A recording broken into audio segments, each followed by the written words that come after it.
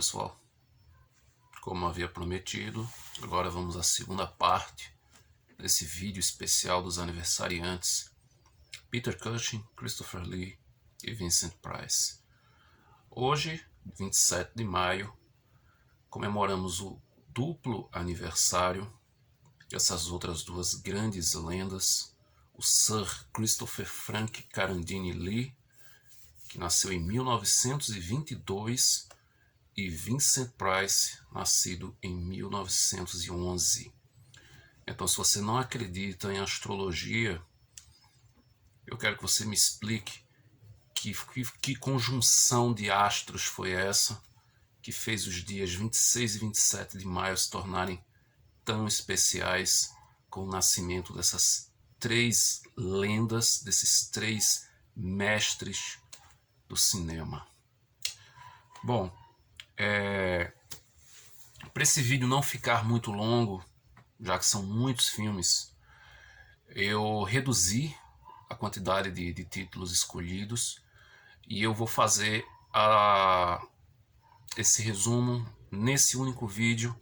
Então eu vou falar rapidamente de alguns filmes, tanto do Christopher Lee quanto do Vincent Price.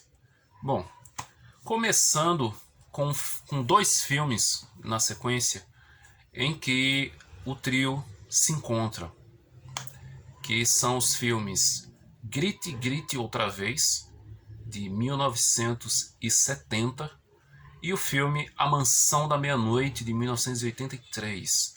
Grite, Grite Outra Vez é um filme meio maluco, mistura ficção, terror. Aqui a gente tem o Vincent Price fazendo um cientista meio louco, que é o responsável por criar uma raça de super-humanos. E o Christopher Lee, ele é meio que um anti-herói. Ele é o mais próximo de um herói nesse filme. Peter Cushing tem uma participação rápida no filme, mas uma participação importante. E no filme A Mansão da Meia-Noite é que os três reinam. Nesse filme a gente tem a história de um escritor, que é vivido pelo Desi Arnaz Jr., que faz uma aposta que ele é capaz de escrever uma história de terror em uma noite. E aí ele vai para uma mansão que na teoria está abandonada. Chegando lá, ele se surpreende porque encontra nada mais, nada menos do que o nosso querido Peter Cushing. E logo em seguida chega Vincent Price e Christopher Lee. Então a noite vai ser uma daquelas que ele nunca vai esquecer. Mansão da Meia-Noite é um filme que ele mistura suspense, um pouco de terror e muito humor, principalmente humor negro. É um filme muito divertido para você que quer conhecer esse trio de uma forma mais bem-humorada. Tenho que falar também de um dos seus melhores, se não a sua melhor atuação, que é o filme Rasputin, O Monge Louco. Então, uma produção da Hammer também, e aqui, como o próprio nome diz, conta uma história inspirada na vida do famoso Rasputin, que dizem que era, na verdade, um grande charlatão, né? E o Christopher Lee, ele entrega um trabalho assim espetacular. Na verdade, uma coisa que ele sempre foi um pouco frustrado em vida é que nunca foi tão levado a sério. Embora ele tivesse uma formação teatral, ele tivesse uma longa carreira antes de entrar no cinema de terror propriamente dito, né? Ele já fazia muita coisa, filmes de piratas, filmes de aventura, de guerra. Por exemplo, ele está ótimo no filme Pirata Sangrento, embora ele não seja nem sequer creditado, mas ele tem um papel bem importante nesse filme, ao lado do Burt Lancaster, né? Ele faz um dos vilões do filme. E é uma coisa também que ele se especializou em fazer, que são papéis de vilão. Poucas vezes na lista terão filmes assim que ele faz um personagem mais de herói mesmo. Sempre é um herói com uma certa ambiguidade, como a gente viu no Expresso do Horror, que eu falei no vídeo anterior. e também no A Essência da Maldade. Ele sempre tem uma certa ambiguidade, ele sempre tem um ar de anti-herói. Continuando, uma outra produção da Hammer que eu gosto bastante, inclusive, é o filme que encerrou a sua fase, né, clássica dos anos 70, é Uma Filha para o Diabo. Aqui o Christopher Lee mais uma vez é o vilão dessa história, que envolve uma seita de adoradores do demônio que querem a Natasha Kinski, ainda iniciante no cinema, bem novinha, para fazer um ritual muito específico. Esse filme ele gerou uma certa polêmica na época, foi censurado, teve vários cortes quando foi exibido na televisão, e é um filme que eu gosto bastante, Uma Filha para o Diabo. Um clássico absoluto, assim, quase todo mundo que fala dos filmes do Christopher Lee, esse filme é quase unânime, e era o filme favorito do Christopher Lee justamente porque o personagem dele foi escrito especialmente para ele. Eu estou falando, é claro, do filme O Homem de Palha, que é um filme espetacular, um folk horror. Aqui a gente tem um policial que é contratado para descobrir o paradeiro de uma garota desaparecida, e quando ele chega numa ilha, ele é recebido lá com toda a festividade possível e bizarrice possível. O líder dessa ilha é o Christopher Lee, que é o Lord Summersisle, e esse filme ele tem momentos icônicos, principalmente aqueles que envolvem música. Apesar do Homem de Palha não ser especialmente um filme musical, mas a trilha sonora desse filme, as músicas desse filme, elas fazem muita, elas contam muito do que está acontecendo no filme. Homem de Palha é simplesmente espetacular. Nos anos 70 também, o Christopher Lee ele não se especializou apenas em trabalhar em produções de terror. E um dos seus trabalhos assim dessa época mais marcantes é na duologia, que depois acabaria se tornando trilogia no final dos anos 80, Os Três Mosqueteiros. Aqui ele novamente faz um vilão, ele faz o Rochefort. Tem momentos muito legais no filme, muito humor e muita sequência de luta com espadas. Ele se orgulhava de ter participado de inúmeras sequências de lutas com espadas, e ele jamais usou dublê. Ele sempre foi um exímio espadachim. Então as sequências de duelos nos seus filmes, tanto de filmes de piratas quanto nos filmes dos Três Mosqueteiros, ele realmente estava lá usando as suas armas. Inclusive tem um documentário chamado As Várias Faces de Christopher Lee, onde ele explica isso muito bem, não apenas com palavras, mas ele também faz alguns movimentos de esgrima. Ele era realmente um grande esgrimista. O Christopher Lee, eu sou suspeito para falar, é meu ator favorito. Então ele realmente ele é um ele era uma grande figura. Ele tinha um conhecimento fora do comum em idiomas, ele era fluente em várias línguas. Eu lembro que ele falava alemão, italiano, francês, espanhol, acho que russo, se eu não me engano também. Ele era cantor, tanto de ópera quanto quase no fim da sua vida ele foi cantar heavy metal, né? Ele gravou, inclusive, ele entrou no Guinness, se não me falha a memória, como o artista mais velho a gravar um disco de heavy metal. E ele fez a participação no disco do Rhapsody of Fire, né? Aquela belíssima música The Magic of the Wizard's Dream, a ação do disco do Dark Secret, ou é do... Não, é Dark Secret. Isso, Dark Secret. Então, ele, além de toda essa carreira, esse legado no cinema, ele também teve uma grande participação na música. Então, ele fez a participação na capa do disco do Paul McCartney, Band on the Run. Ele está lá na capa do LP. Ele participou de outras gravações. Ele fez um dueto com uma cantora pop dos anos 80, que agora me fugiu o nome, que era bem legal a musiquinha. Se vocês procurarem no YouTube, vocês vão achar. E nos anos 2000, gravou a música She'll Fall For Me, que é bem legal essa música. E gravou também uma versão lindíssima de O Sole Mio, It's Now or Never. É incrível também essa versão. E claro, né, ele tem também aquelas músicas dos filmes, principalmente do Retorno do Capitão Invencível, em que ele canta aquela música Name Your Poison, que tem um clipe divertidíssimo, que é uma cena do filme onde o personagem do filme, o Capitão Invencível, que é vivido pelo Alan Arkin, ele tem que enfrentar o vilão, o Senhor Midnight, Mr. Midnight.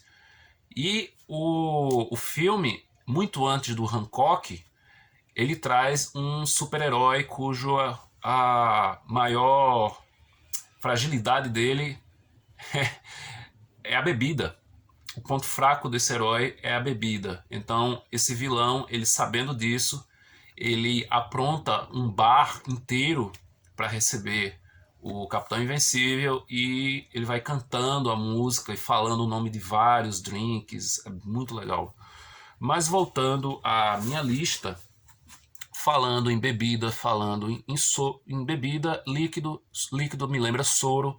Então vamos com outro filmaço, que é O Soro Maldito, que é uma adaptação do Médico e o Monstro. E é uma coisa que o Christopher Lee sempre achou engraçado e sempre achou estranho, nunca entendeu o motivo, é que todos os personagens nesse filme trazem os nomes dos personagens do livro do Médico e o Monstro, menos o dele, menos o do protagonista. Ele não se chama Dr. Henry Jekyll e o alter ego dele, né, depois da poção da experiência, se torna o Mr. Hyde. Não é, o nome agora me fugiu, mas é outro nome que é utilizado. E é um filme muito bom, curtíssimo, o filme não chega nem 1h20 de duração, e vale muito a pena também. Todos esses que eu estou falando, vocês podem anotar e procurar, que é diversão garantida. Além de tudo isso, né, como eu já falei, a versatilidade do Christopher Lee, ela não tinha limites. Então, um faroeste que eu gostaria de indicar aqui, que eu gosto bastante, é o Henry Calder, Desejo de Vingança, que é estrelado pela Raquel Welch. É um filmaço também. O Christopher Lee, ele também não faz uma participação muito longa no filme, mas é uma participação importante. Ele faz um armeiro nesse filme e ele é o responsável por criar as armas que a personagem da Rachel Welch vai utilizar na sua vingança contra um grupo que abusou dela. E esse grupo, o líder é o Ernest Borgnine. Filmaço, filmaço. Tem um desfecho maravilhoso, um tiroteio muito bem filmado. Então, é mais um grande trabalho dessa longínqua carreira do mestre Christopher Lee. Como eu falei, são poucos os trabalhos dele, principalmente na Hammer, em que ele fazia um personagem mais heróico. Então, um filme que realmente ele é o herói do filme, literalmente, e é um dos seus melhores trabalhos também, é o filme As Bodas de Satã. As Bodas de Satã é um filme que está naquela fase da Hammer em que eles começaram a se tornar quase que didáticos ao falar do tema do ocultismo. E esse filme, ele é um dos filmes que ele aborda muito bem essa temática. Inclusive, eu tomei conhecimento desse filme antes mesmo de saber que era um filme, juntamente com outro que eu vou falar na sequência, que é o Horror Hotel. Mas ele é um professor de história que acaba incentivando uma de suas alunas a pesquisar sobre o tema, né, a bruxaria, a pesquisar sobre esse tema justamente no local onde mais haviam relatos de ter acontecido execuções de mulheres acusadas de bruxaria. Então, quando essa aluna vai para esse vilarejo, ela acaba fazendo algumas investigações e vai descobrindo coisas bem sinistras. tanto Bodas de Satã quanto o Horror Hotel, que também é conhecido como A Cidade dos Mortos, eu conheci os dois muito antes de saber que eram filmes, graças aos clipes do Iron Maiden e do King Diamond. Algumas cenas de Bodas de Satã aparecem no clipe de The Number of the Beast. E o Horror Hotel, as cenas do filme, elas aparecem totalmente nos clipes de Bring Your Daughter to the Slaughter, do Iron Maiden, e Sleepless Nights, do King Diamond. Então eu conheci muito antes de assistir os filmes. Aí quando eu fui ver esses filmes, né, na época que eu estava caçando os filmes do Christopher Lee para minha coleção, eu estou tentando conseguir todos, mas é uma tarefa muito difícil. E quando eu assisti, qual foi a minha surpresa quando eu vi, nossa, então são essas as cenas do clipe, né, do Iron Maiden, do Bring Your Daughter to the Slaughter e do King Diamond, de Sleepless Nights. A franquia do Drácula, da Hammer, com o Christopher Lee, eu falei um pouco ontem a respeito do filme Vampiro da Noite, que marcou o início dessa saga do Drácula, mas o meu favorito mesmo dessa série é o Drácula, o Príncipe das Trevas, que é um filme que quase não foi feito, né? O Christopher Lee ele já tinha abandonado no segundo filme, ele não queria continuar, mas ele acabou retornando graças a alguns incentivos, porque disseram que se ele não fizesse os filmes, muitas pessoas iriam ficar sem trabalho. Então ele bateu o pé, exigiu que nesse filme ele não falasse uma única palavra sequer, porque ele leu o roteiro e as falas dele ele achou muito absurda, muito exagerada, embora mais pra frente isso aí ele não ligou mais, porque principalmente no Ritos Satânicos de Drácula, que fecha essa saga dele na Hammer, dos filmes do Drácula, ele ali ele tá fazendo diálogos cada vez mais bizarros, fora sem sentido absoluto, né? Mas essa franquia ela tem altos e baixos. Eu gosto bastante desses filmes até o comecinho dos anos 70, com o Conde Drácula, de 1970, e depois ela desanda total com o filme seguinte, que é o Drácula no Mundo da Minissaia, e Os Ritos Satânicos de Drácula é um filme muito divertido, mas não é bom, é um filme muito divertido. Agora, Drácula no Mundo da Minissaia realmente é um desastre completo. Então esse Drácula, o Príncipe das Trevas, é um filme que foi feito quase que na marra, né? O Christopher Lee, ele, como eu disse, se recusou a falar os diálogos do roteiro dele e acabou fazendo um filme todo sem dizer uma palavra sequer. Era uma coisa que ele brigava muito com os produtores da Hammer, que ele queria que usassem o texto do Bram Stoker. Ele sempre reclamou disso, ele dizia que nunca entendeu o porquê de não usarem as palavras do Bram Stoker. Então ele só foi poder falar um pouco mais no filme do Jess Franco, também lançado em 1970, que é Conde Drácula, no qual talvez tenha a personificação mais próxima do livro do Stoker, apesar de ser uma produção com algumas limitações da produção, o filme tem alguns problemas de montagem também e tal, mas é o que mais se aproxima da figura descrita pelo Bram Stoker no livro Drácula, principalmente a aparência dele, ele tem um bigode muito em evidência, e ali a gente tem uma grande personificação do Christopher Lee. O Renfield nesse filme é vivido pelo Klaus Kinski, e o Van Helsing é vivido pelo Herbert Lom.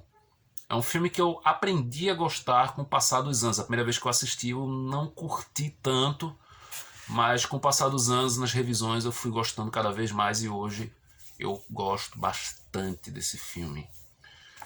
Bom, esse vídeo eu vou ter que dividir mais uma vez porque eu tô vendo que vai ficar muito longo e não vai ser justo eu falar pouquinho sobre os filmes do Vincent Price. Eu fiz um vídeo sobre o Peter Cushing, eu fiz um vídeo sobre Christopher Lee, Então vamos ter agora esse vídeo dividido em duas partes novamente. Uma parte inteiramente dedicada ao Christopher Lee e uma parte dedicada ao Vincent Price. Depois que o Christopher Lee parou de fazer os filmes do Drácula na Hammer, não quer dizer que ele não tenha feito mais Drácula no cinema. Além do filme do Jess Franco, nos anos 70 ele também protagonizou uma comédia divertidíssima que é o Drácula Pai e Filho, onde aqui a gente tem o Drácula que é afastado de seu filho na hora de fugir do castelo dele na Transilvânia, e eles se reencontram muitos anos depois e os dois se apaixonam pela mesma mulher. Então é um filme divertidíssimo, esse Drácula Pai e Filho. Ele costumava passar nas madrugadas da Bandeirantes. Hoje ele está meio esquecidão, não foi lançado em DVD no Brasil, nem sequer em VHS. Então se você quiser ver esse filme, eu te recomendo bastante ele. Dá uma procurada aí que vale muito a pena. Tem umas cenas assim hilárias nesse filme. Numa delas, o Christopher Lee ele entra no apartamento e dá uma mordida no pescoço de uma mulher que está deitada na cama, no escuro. Só que não era uma mulher, era uma boneca inflável. E quando ele morde, a boneca começa começa a esvaziar e ele fica olhando assim sem entender o que estava acontecendo. Muito engraçado esse filme, Drácula Pai e Filho. E ainda na questão dos Dráculas, nos anos 60, o título aqui no Brasil, pura picaretagem, foi lançado nos cinemas Drácula, o Vampiro do Sexo, que é um filme do Mário Bava, que na verdade é o La Frusta e o Corpo, que é o chicote e o corpo. E é um dos filmes mais incríveis da carreira do Christopher Lee. Toda aquela característica visual do Mário Bava, aquelas cores vivas, uma fotografia maravilhosa, aquela trilha sonora incrível também. Mas ele vai muito por um viés mais psicológico. Eu gosto demais desse filme. E muito tempo antes de filmes como 50 Tons de Cinza abordarem o BDSM, né, o sadomasoquismo, aqui nos anos 60, esse filme ele já abordava de uma forma muito mais visceral. Ele é um filme ousado até para aquele período. E o personagem do Christopher Lee, ele é muito sádico. Ele tem um sadismo misturado com, novamente, misturado com um ar de sedutor, como eu falei no vídeo anterior sobre o Vampiro da Noite, do Drácula ser um Drácula mais sedutor. Aqui nesse filme, ele faz o Kurt, e é uma produção italiana. Embora o Christopher Lee ele fosse fluente em italiano, ele é o único que está sendo dublado nesse filme. É uma coisa que até hoje eu não entendi o porquê. Eu não sei se foi a gravação que perdeu o áudio original, não sei o que aconteceu. Mas ele é dublado nesse filme. Tá terminando já o vídeo, né? O Christopher Lee ele também tem uma filmografia, como eu disse, uma filmografia muito extensa. Não dá para falar de tudo que ele fez aqui. Então eu vou mencionar alguns aqui bem rapidamente, só para não deixar em branco esses títulos. Tem um filmaço dos anos 60 também, que é... Não, é anos 60 não, acho que é do finalzinho dos anos 50, que é Corredores de Sangue, que é estrelado pelo Boris Karloff. Apesar do título, não é um filme de terror. Aqui ele tem um viés muito mais dramático. Conta a história de um cirurgião que ele está tentando fazer um procedimento para acabar com a dor durante as cirurgias. E o Christopher Lee ele faz uma espécie de capanga desse médico vivido pelo Boris Karloff. Um grande filme também.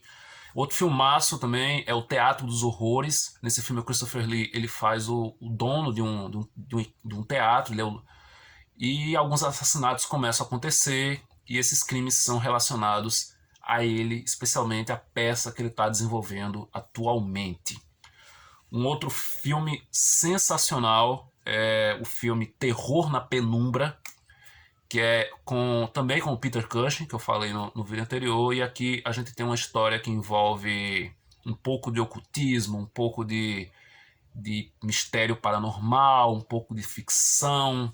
Grande trabalho também, Esse filme tem 2 títulos, agora me fugiu o outro nome, eu acho que é Enigma Fatal, se eu não me engano. Ele sai em VHS com os 2 títulos, sai como Terror na Penumbra e acho que como Enigma Fatal também. Então, claro, né, tem inúmeros trabalhos, inúmeras participações especiais. Ele, já nos anos 90, ele fez várias pontas em filmes, tanto filmes grandiosos como em produções de baixíssimo orçamento, como a comédia Os Babacas, A Lenda do Cavaleiro Sem Cabeça, o Enigma de Talos, em que ele faz uma participação bem no início do filme, assim como no A Lenda do Cavaleiro Sem Cabeça. Nos anos 2000 foi justamente a sua consagração para as novas gerações. Ele participou de Star Wars, assim como seu amigo Peter Cushing, lá nos anos 70, fazendo o Conde Dooku, que aqui no Brasil foi chamado de Conde Dukan, né? Por conta da sonoridade do nome, todo mundo sabe o porquê disso. E também, claro, em O Senhor dos Anéis ele viveu o mago Saruman, e viveu de uma forma excepcional. Christopher Lee ele conheceu em vida o Tolkien, né? Ele foi o único da produção, do elenco do Senhor dos Anéis que conheceu Tolkien. Ele era um cara apaixonado pela obra do Tolkien. Ele lia O Senhor dos Anéis todo ano e não era, esse papel não tinha como ser de outra pessoa senão do próprio Christopher Lee. E ele fez uma atuação incrível. Já nos últimos anos de vida, ele faleceu em 2015, mas antes disso ele ainda voltou para aquele universo de Tolkien. Ele participou de O Hobbit, ainda fez também A Invenção de Hugo Cabret, filme dirigido pelo Martin Scorsese, um belíssimo trabalho. E participou também de vários outros filmes, né? O Trem Noturno para Lisboa. Ele participou também de produções de baixo orçamento, como filmes como The Heavy, Testemunhas de uma Guerra. A Hammer ameaçou um retorno, mas ficou apenas na ameaça mesmo, porque ele acabou fazendo uma participação no primeiro filme desse retorno da Hammer, que é uma homenagem justa, mas o filme não foi bom, infelizmente, que é o filme A Inquilina. Além de todos esses filmes, eu também tenho que lembrar de algumas outras produções, né? Claro, Christopher Lee foi o Francisco Scaramanga no 007 contra o Homem da Pistola de Ouro. Também participou de Gremlins 2. Participou de O Ajuste de Contas, ou como você preferir chamar, né? O Ajuste de Contas, A Hora da Vingança, A Hora de Vingar, Olho por Olho, Vingança Violenta, que é aquele filme com o Chuck Norris, no qual Christopher Lee faz o vilão. Participou também de Loucademia de Polícia 7, Missão Moscou. Participou de várias minisséries como Índia, Mistério, Amor e Guerra, A Volta ao Mundo em 80 Dias, com Pierce Brosnan como papel principal, inclusive Trem da Morte, em que ele também faz um vilão, e o filme também é estrelado pelo Pierce Brosnan. Participou de uma minissérie também chamada Jinnah, que é um filme minissérie, né, dependendo do seu ponto de vista. Enfim, são inúmeros trabalhos do Christopher Lee que, se eu fosse falar de tudo o que eu já assisti que tem o Christopher Lee no elenco, esse vídeo ficaria com muito mais tempo do que é permitido aqui. Então, para não deixar o vídeo entediante, eu vou encerrar por aqui. Como eu disse, infelizmente, em 2015, Christopher Lee nos deixou, e assim como seu velho amigo Peter Cushing e o Vincent Price também deixou um grande legado pro cinema, pra música, e com certeza nunca será esquecido. É isso. Bom, pessoal, como eu disse, não dá para falar de todos os filmes, tem muita coisa. Além dessa parceria com o Tim Burton também, né, que eu falei do Além do Carro Sem Cabeça, mas ele ainda participou de A Noiva Cadáver, participou da Fantástica Fábrica de Chocolate, do remake. Fez muita coisa. Christopher Lee, ele realmente ele teve uma carreira espetacular. É isso. Se você gostou desse vídeo, curta, compartilhe, deixe aí nos comentários quais são os teus filmes favoritos do Christopher Lee. E vamos para a parte 3 com o senhor Vincent Price. Até lá. I know it is my fate, born to air his old tale, I'll be always there, fighting the ancient sea.